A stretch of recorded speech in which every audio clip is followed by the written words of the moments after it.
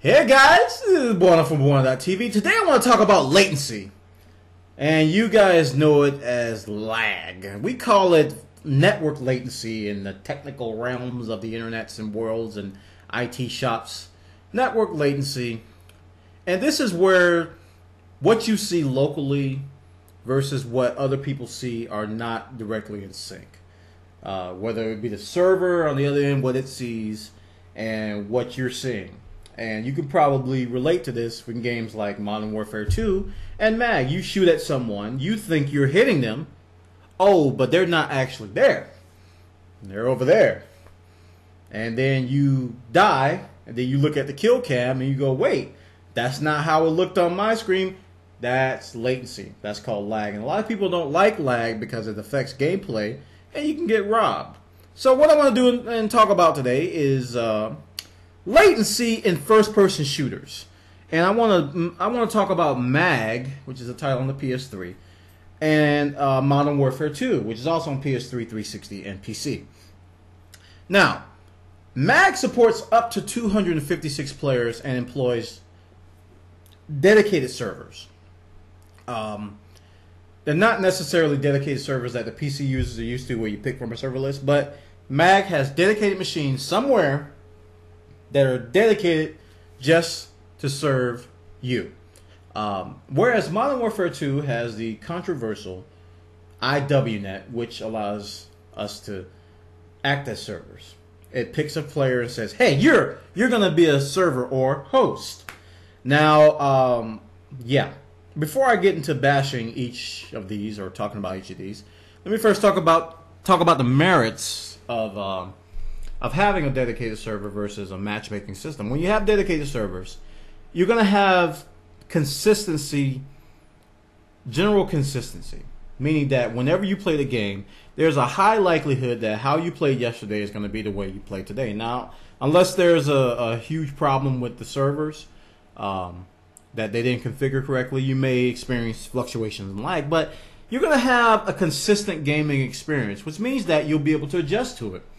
And you'll be able to, utilize it and be able to play in a fairly fair environment. I mean, if you know how the lag's going to be, you can adjust and adapt. Now, when you have a matchmaking system, the latency is going to be greatly dependent upon the host. And the host can be any player that the system deems fit. Now, in Modern Warfare 2, we have a matchmaking system. And I gotta say, guys, on the PC platform I've been playing on the most, it is such a step down from what we're used to on the PC. I don't even talk about consoles. On the PC, it's such a step down where we're used to averaging between 50 to 100 milliseconds ping.